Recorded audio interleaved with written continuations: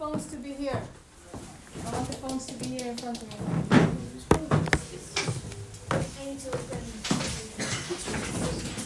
Okay, here we go, kids.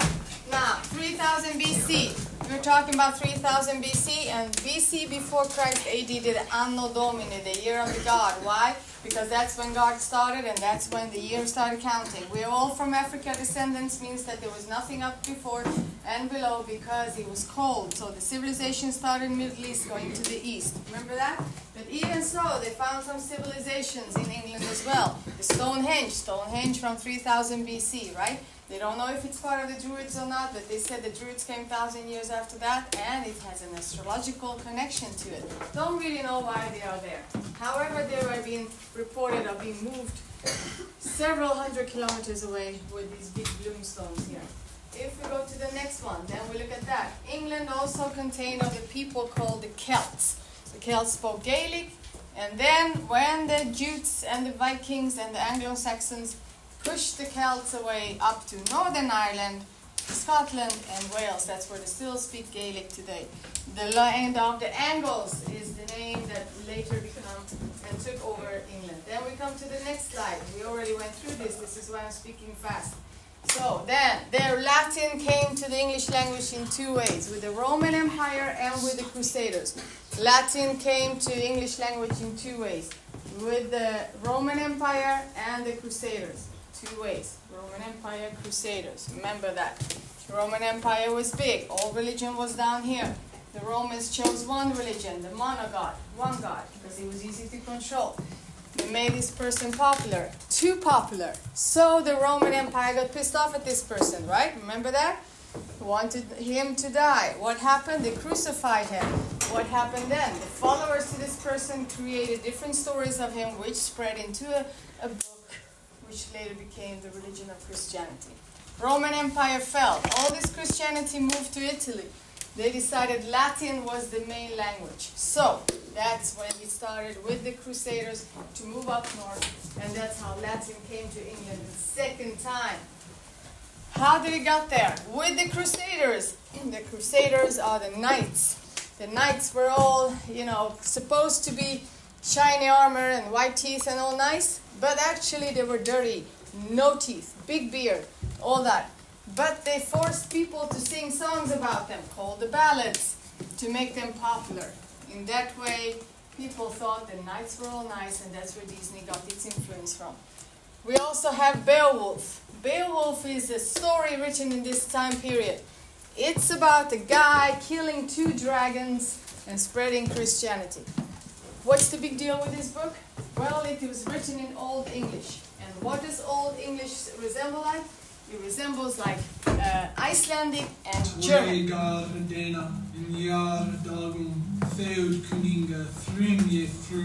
As we heard the Old English, how that sounded like. Who's the author to Beowulf? Unknown. People don't know the author. Then we got to the second period here, the medieval period.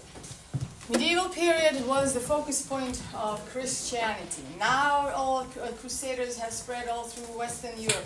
Why did the Crusaders go to Western Europe and not East? Because Western Europe all contained of farmers and simple people. East was civilized and developed a lot of religions, but not West. It was easy to take over Germany and Italy and France. Nobody lived here, just farmers. Not to mention Sweden, right? Nobody lived here. When Christianity and all that spread in Europe, the focus point was religion. All texts were written about God and all that stuff. The church was in focus point. Everybody was controlled by the church. Built their church on top of a hill, get better Wi-Fi and connection with God, and then also decided to make the wealth based on the properties of the farmers. Sold everything the farmers had, took their money, built the church, got famous, all that. Also, how did they rule? How did the church control the people? They control them by saying, if you do not trust me, if you don't do as I say, you're not going to go to heaven. How did they know what everybody was going to do? Well, of confession. If you went to the church and you confessed all your sins, priests know everything about you and could blackmail you and say, if you don't do as I say, you're not going to heaven. Plus, I'm going to tell everybody in the village here about your secrets. So what happened? Well, we had this guy, Johan Gutenberg, who stole the idea from his best friend to the printing press. Before, only priests and monks could write everything down with a quail on the paper. Now this guy here, when he stole it, the printing press made books to be reproduced faster. And if more books exist, then more people can do what? Read. So more people could all of a sudden start to read and write because of the printing press. That's the reason why more people start to read and write. Also, because people were poor, the church had taken it all. You know, we had famine, which was starvation. We also had the plague, people dying all over the place, right? Then they wanted to go and explore the world. They didn't believe no longer that it was all flat. So we had Marco Polo discovering India and so forth. We had Amerigo Vespuccini discovering America. Then we had Christopher Columbus, this guy here, also taking the credit for discovering America, which was actually never there. He went to the West Indies. Then we had these two guys here, the king and the queen. Plenty of king and queens to remember, but this specific guy, these are important. This interesting person here is called Henry VIII. Henry VIII. Henry VIII. And you do 8, you do 10, and then minus 2, yeah? Henry VIII. Now, he was all, you know, the church was kind of controlling. We had kings and queens back then as well, but the church was controlling. So Christianity. The Henry VIII, he married one wife. He didn't like the wife. He didn't want the woman. He had the wife, but he couldn't divorce her because Catholicism said that you cannot divorce. You can marry, but not divorce. So what did Henry do with his wife? Killed her. So he killed the wife. Then he married another wife. Then he didn't like this wife. What did he do with her? Killed her too. And then he took another wife and so killed her and so forth, right? So Henry was going on killing and making his wives disappear one by one. Didn't he kill like 5? So he killed 8 wives all in total. And that means that people started saying, oh, come on, Henry, now this is getting out of the hand. It's not a good idea you're going and killing all your wives now, do you now? You need to do something about this. And he said, yes, you're right. I'm the king, so I can change this. So what am I going to do? I'm going to take away Catholicism from England, and I'm going to make up my own religion. It's similar to Catholicism, but you can divorce. And I'm going to call it the Church of England. So what's the big deal with Henry? Well, is that he invented his own religion called Church of England so that he could divorce his wives. One of his daughters, Elizabeth I, he had a few, obviously. One of his daughters, Elizabeth I, what's the big deal with her is that she said, you know what? We are a little island here, England, not big, you know, not so many people. But why don't we become the biggest ever country in the world? How should we do that? Well, we invest lots and lots of money in ships and get them to sail out and take over other land. So she encouraged all these explorers to find new land for her. And what happened? Colonization started. Colonization started.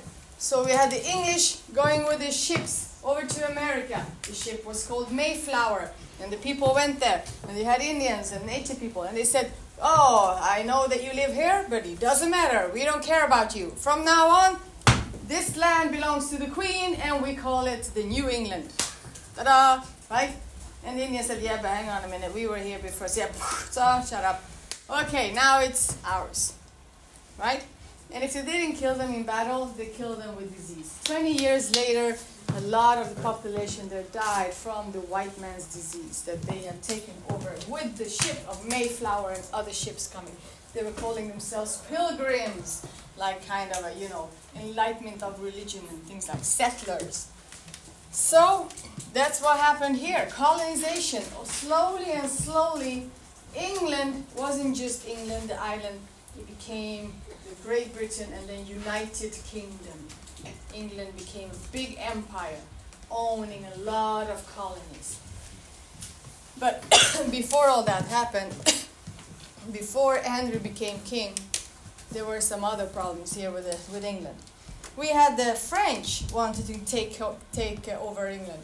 So one time they succeeded. And when the French succeeded, it was called the Norman Conquest. William took over, he became king, he was French. He changed the whole spelling of the English language. When they got rid of William, then they were fighting. Which king is going to now rule England? This king or that king or that king? Eventually the southern king won with the red rose. And this war here is called the War of the Roses. Okay, now let's move on. We have some authors here. We spoke about Dante, remember? Dante Alighieri, the Italian guy. And he said, why not spread religion in a fun way by telling a story? So what did he do? He told a story about him getting his wife Beatrice from heaven. But to get her, because she died, he needed to go down to hell and back to get her, right? And the story is Divine Comedy. Chaucer here, he wrote Canterbury Tales. So what's the big deal with Chaucer? He invented the frame story. What does that mean? Well, we had a bunch of people meeting up at a tavern called the pub, these people, and they started to ride to Canterbury. As they were riding to Canterbury, one of the people said, I'm going to tell a story, and so he did. And then they continued riding, and then the next person said, no, I'm going to tell a story, and they did. And then the next person said, I'm going to tell a story, and so they did. And then the next person, I'm going to tell a story, till they got to Canterbury. So the main story is them riding to Canterbury, and each of them telling a story is within. So this is called the frame story. Frame story. Frame story. And it is not him, it's him, Chaucer here, who came up with that thing. Marco Polo, who discovered India and all that, went back and told about it in his stories called Travels. So then people started to become interested, saying, really, do they have like parrots and colorful birds out there? Wow, we need to go. So it kind of influenced people to want to go and explore the world. Beowulf, we spoke about Homeros and Iliad and the Odyssey. Did we speak about the Greek? No. We cannot miss the Greek. Right, so now you see, Greece was, Greece is like shitloads of islands, you know that, right? Yeah. And the people at that time, they were having their own cultures and their own little things on their islands. But they needed Homeros, they think it's Homeros, maybe it's not, who united all these people to make them Greek, to make them the united people. So then he wrote these 2 books, right? Which is written in the rhyme, and it's a story, you can sing it, everything. It's called the Iliad, this one book, and the Odyssey is another one. So what is it about? Well, fast forward, I'm going to tell you about the Iliad. Here we go. So ready? Here we have 3,000 pages in 1 minute. We have Agamemnon. Agamemnon is best friends with Paris, right? They are like BFF for life. Now, you see, Agamemnon, he has a wife called Helena. And Helena is the most beautiful woman on earth, right? Now, when Paris visits Agamemnon, he says, oh my God, man, your wife is hot, right? And then he goes up, Paris goes up, hello, Helena, right? Why don't you come to my castle and leave him and be my wife instead? Helena says, all right, right? So Helena leaves Agamemnon and leaves with Paris. Where do they go? They go to a big-ass castle called Troy. Okay, Agamemnon says, what the hell? My best friend took my wife and went to Troy. What is this? So he goes to Troy. He knocks on the gate. Come down! Give me back my wife. Paris says, no, she's mine now. Leave. I'm going to kill you. We're going to fight. No, you can never get into these gates. These gates are the strongest ones. The Trojan castle is the strongest one. Nobody can get in there. Oh, I show you. Right? So they were fighting and fighting. And it was right. Paris was right. Agamemnon could not get into the gates. Agamemnon thinking, what should I do? Well, I'm going to call Achilles. Achilles is a demigod, half-god. Now, he took Achilles there. Achilles is a half-god because his mother, when he was born, took him by the heels and dipped him in a river, a magic river, which gave him a shield so that he cannot die. Whenever the arrow comes on him, he goes like this, except for his heel where the mother was holding him, which is vulnerable. So Achilles was there, and he was fighting, and he was doing really good. And then he got an arrow in his heel, and he died. And Agamemnon said, what shall we do? The battle is lost. And then his general said, I have an idea. Why don't we build a big wooden horse? Because horse represents war and victory. What should we do with the horse? We give it to Paris as a surrender gift. Okay, what's the big deal? We will put soldiers in the horse, secret. Okay, let's do that. So Agamemnon put his soldiers in the horse. They rolled up the horse to the gate, knocked. Paris, here's a horse. You won. We're leaving. Bye. Paris was like, yeah, it's true. They're leaving. They actually left. And they left us with a huge horse. All right, roll in the horse. They opened the gates, rolled the horse into the courtyard. And they had a party. We won. Yay. And they were all drunk and they were sleeping at night. At night, all the soldiers came out and killed everyone. And the end of story. Right? So that was the Iliad in 1 minute. Yes? They burnt up the They did. So now, one of the generals that was in this Trojan War, this is the Odyssey now, Odysseus, he was there fighting. And when he was returning home, he wanted to go home to, I don't know what the island was called, but he was going to return to his wife. But then he got a big beef with Poseidon. And said to Poseidon, you know what, I don't like you, I think you're a stupid god, I prefer Zeus, your brother. And Poseidon said, oh yeah, well, you know what, I'm going to make sure that your ship on the way home is going to go all messed up. So Poseidon was blowing his ship all over the place, and he ended up in one island where he met some women, then another island where he met, people with one eye, another one. So it took him 30 years to get home. So Odyssey is about Odysseus returning home, but it took him 30 years to get there. Okay, so that's the Iliad and the Odyssey. That's also written in this time period. Let's continue. The Renaissance period. Now, the Renaissance period here, the people were all tired of listening to the church, right? And saying that, we trusted you, church. We trusted you to take care of us. Look what happened. We were dying of the plague. We were in the war. What's happening? We don't want to trust you anymore. What we want to do now is we want to trust the king and the queen. So the focus point of the 1600 Renaissance is the king and the queen. King and the queen.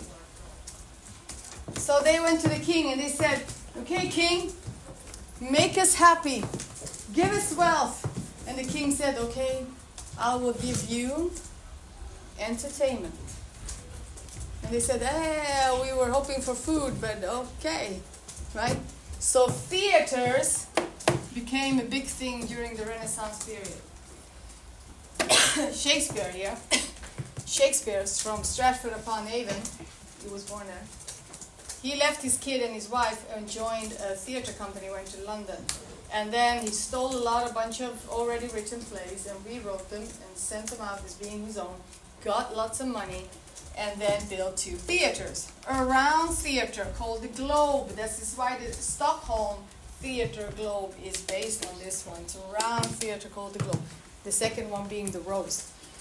Now, he became all famous. But all the stories needed to be about kings and queens and how they're all good. So what else happened? Well, the kings then started to take the people's money and create palaces and create all these nice things. So whenever you see like a palace with all decoration and paintings and all that, that's the money taken from the people and made with the kings and queens to show them how rich they are. And then they invited famous artists like Michelangelo, Da Vinci, and said, why don't you paint me this thing? And you're the best, so paint this and show me that you're, give it to me. And they're like, okay. So they did. They painted it. So all these paintings that you see that are famous is from this period. They were all missions sent out by the queen and kings. Then, the authors. We spoke about this guy here, Shakespeare, who wrote Romeo and Juliet. And then we had people questioning the church. Didn't really like how it was before. Milton, this guy here, he wrote Paradise Lost. And Paradise Lost is about that Adam and Eve are not the OG people in paradise. we had Adam and Sophia, his first wife. Both were created from clay, right? But what happened was that Sophia was like, being a bit of a pain in the ass for Adam, saying, Adam, you're not picking up your fig leaf, you're leaving it here. You haven't done the dishwashing here, it's like, what is this? I'm doing all the work, and So Adam was going to go like, oh God, this wife of mine, she's giving me a headache. You have to get rid of her. You have to give me someone who's like submissive. God said, yes, you're right, Adam. So they kicked Sophia out and took a rib from Adam and created a submissive woman, right? And he said that, that is wrong. It shouldn't be like that. So, to show that, okay, so you think the girls are so submissive or so good? What happens if you throw in another man in paradise? So he said that the snake wasn't actually a real snake. It was actually another man that came into paradise. But he was like cunning, like a snake. That's why they wrote that he's a snake. But he wasn't actually a snake. He was a man saying to you, oh, hello, Eve. You look hot today. I like your fig leaves, And then what happened, right, is that she was seduced to go and run off with the snake guy. And Adam was like, And then God said, okay, I had it with you kids. So all kicked out. Get up. There you go. And that's what happened. So he's telling a different story of Genesis and also of how the paradise was. What was the author's name? Milton. Oh, okay. Now this guy here, Cervantes, Spanish guy, he said, let's make fun of all the crusaders and the knights. Let's make fun of them. Because actually they were just delusional idiots. So why don't I take Don Quixote, who was a little skinny guy from a village, who was imagining and dreaming that he was this big knight, right?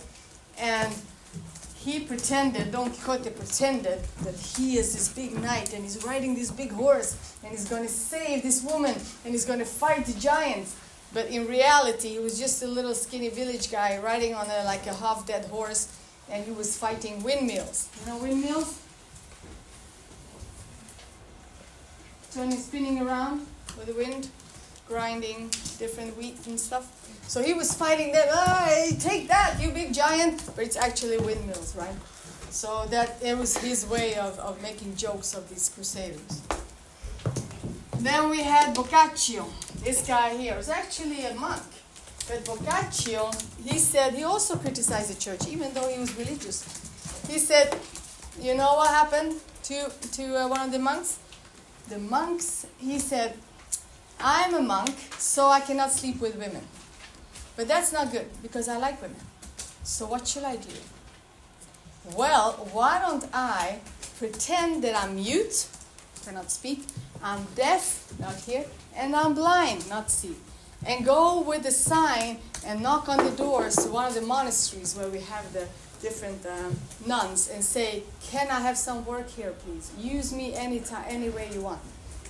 So the nurse, the nun said, yeah, come in here. You can do some chores. And then he did some chores. And then they said that, ooh, this is a guy here. Yes, and you know what? He cannot see us because he said he's blind. That's true. And he cannot hear what we're saying because he says he's deaf, yeah? And he cannot tell anyone about what we're going to do to him because he's mute. Woohoo, let's take advantage of him. So, what did they do? They had sex all day long. And then when he was done and he was happy with it, he said, ha ha, just kidding. I could see and hear everything, huh? And then, the nun said, oh, what are we going to kill? What are you going to do? It's like, oh, it's okay. So I'm not going to say anything. Just let me go. I'm quiet. I'm happy too, So you're happy, I'm happy. Just let me go. And then they said, okay, you can go. So he left. And what did he do? He wrote it down in the book called the Camerone. Machiavelli, also monk, but criticized society, criticized everything. What happened? He turned into, they put him in jail for it. So that was the Renaissance period, kids. Let's continue. Are you ready? How's your brain? Is it still there or have you had a meltdown? My brain here. That's good. Okay, now, people have been hoping for the church thing, right? Didn't work out. Hoping for the king thing, didn't work out. So then they said, okay, you know what? Let's just put the focus point on something different this time. Science. So the Enlightenment period's focus point is science. They said, unless we can prove it, it's not true. Don't kill me. So they said, okay, now to get people to become scientists and question things and do different experiments, we have to educate people. So schools started. Schools were only for rich white people, only for boys. And they were also on the weekends. But then later on we had women as well, but only for boys. If you were a bad boy and you were talking back to the teacher, you had to stand in the corner with a big hat on your head like this guy here. And be ashamed. I think we should maybe start that. No. Yeah, okay. Just kidding. Okay, so that happened. Schools happened, right? Mostly the education was focusing still about God and the Bible and stuff, but also some new other things. So, the people said in France, we don't want the king and the queen to control us anymore. Revolution!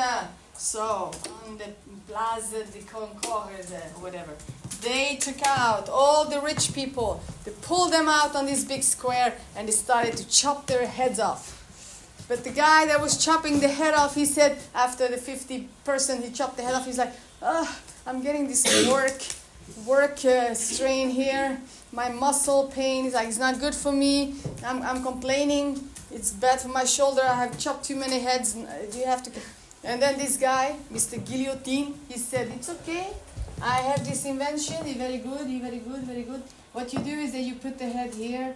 You lift up this little thing here, and then you put it in. Then there's a head here, and then there's a big knife, like this with the level. And then you pull the level, and the knife goes like, and then the head falls down.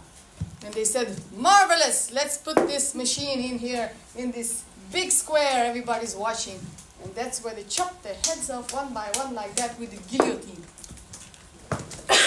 Okay, French Revolution, taking away all the kings and stuff and taking over.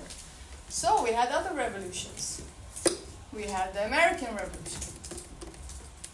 I told you about the Mayflower, the ship coming over, right? We had America here. Here's America.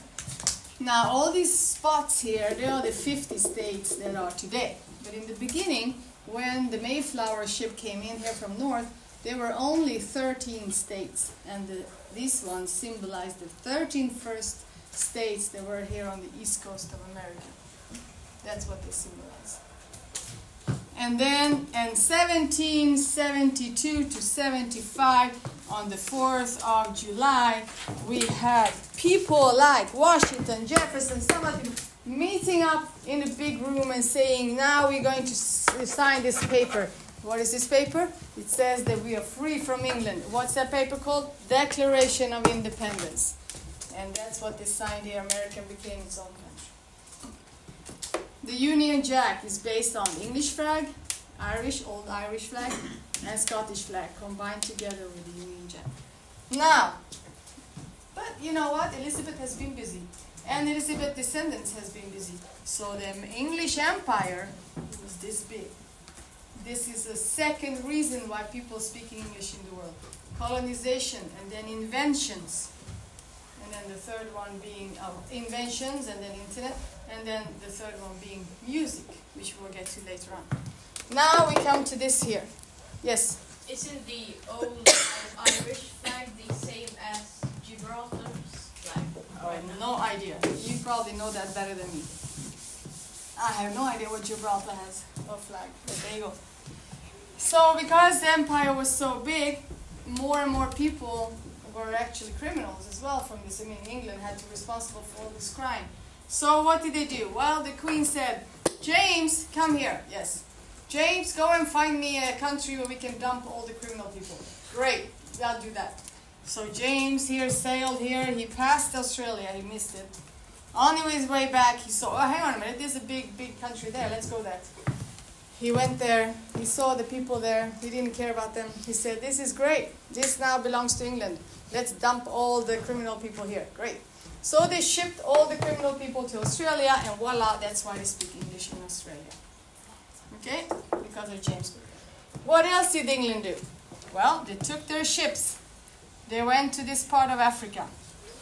And they came to Africa here. They already discovered South Africa where they had diamonds and stuff, in India where they had tea and other things and herbs. But they came to this part of Africa and they said, what are we going to do here? There's nothing here. And they said, well, there is people. People being one of the most valuable traits. So what did they do with the people? They said to them, well, you will go to heaven. Go on this boat. We call it bounty. Bounty meaning paradise. Go on this boat and then you will go to heaven. In the beginning, people believed them, but then obviously after a while they didn't. But it didn't matter because the white people that came there, they had weapons, different weapons. You can take all the people there as slaves. And then they took them and then they put them under deck of these big ships. Under deck. And then, so the people that were on the deck, they were sitting up, chained to the floor, one by one, like this. And if you're chained to the floor, obviously you cannot move. If you're chained sitting on the floor, the blood flow will stop walking on this area where you're sitting too long. If the blood flow is not going to that part, your skin is starting to die, you're starting to get a hole in your body, and eventually you get infection. Now from here, from the top here, people were throwing just down food, like, because they didn't think they mattered, they thought they were like animals. They throw food like, eat, you know, like that. Horrible. So the food jumped here, they were eating whatever they could get hold of, but the people that were over here and here, they died. And they throw them overboard. So what did they say? They didn't say that, okay, next shipload, we're going to have more comfortable people so they survived. No, they just stuffed them with even more slaves. So there were thousands of slaves going over. Where did they go? They went to Cuba and to the Dominican Islands and all that. And then we had the white people here going down to Cuba, buying the slaves or trading, giving them other things. They took the money, they went to England, made new ships, got more people, more slaves, and so forth. This is called the Atlantic Triangle. The Atlantic Triangle is the biggest slave trade ever. So, now the white people had the black people working for them with no money, forcing them to work and all that. So, of course, America prospered, grew as a country because they didn't have to pay any salaries, because the slaves were doing all the work.